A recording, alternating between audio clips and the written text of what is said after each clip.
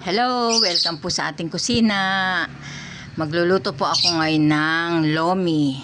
Dahil sa makulimlimang panahon, masarap humigop ng sabaw. Una po muna,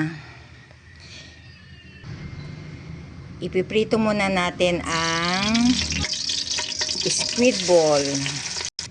Pagkatapos, sunod naman natin ang kikiam. Pagkatapos, umpisahan na natin magisa ng bawang.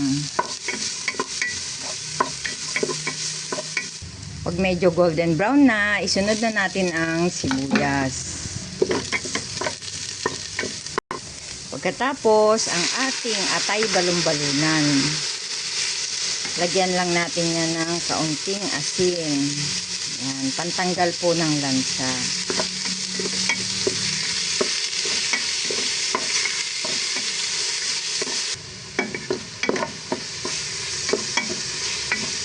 Yan, pagluto na po ang ating atay balon-balunan, isunod na natin ang carrots.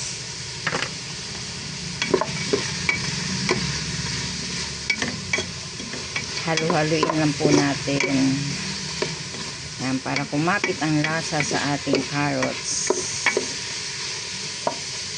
Pagkatapos, ilagay na natin ang ating beef cubes. At lagyan na natin yan ng tubig. Tatakpan po natin yan para kumulo.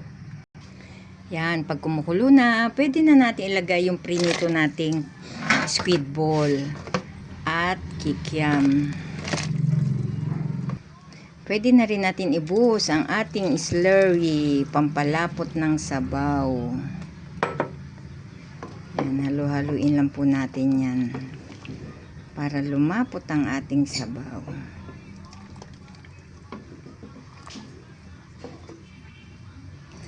Pagkatapos, titimplahan na natin yan. Lagyan natin ng paminta, ng patis,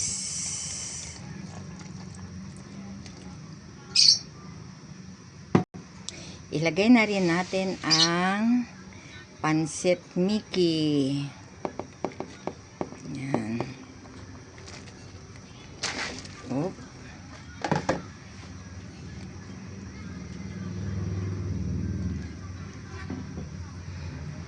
Sandali lang naman maluto yan, kaya isusunod ko na dyan ang pechay bagyo.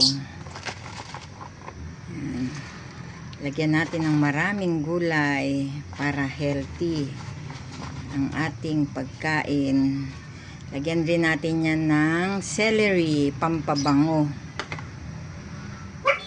Pagkatapos, dahan-dahan natin ibuhos ang itlog para lalong mas lumapot ang ating sabaw. Yan, habang hinahalo natin. Para mas masarap, lagyan natin yan ng chicharon sa ibabaw. Yan. Naku, napakasarap nito mga mamshi. Overloaded. Okay na to. Kain na po tayo.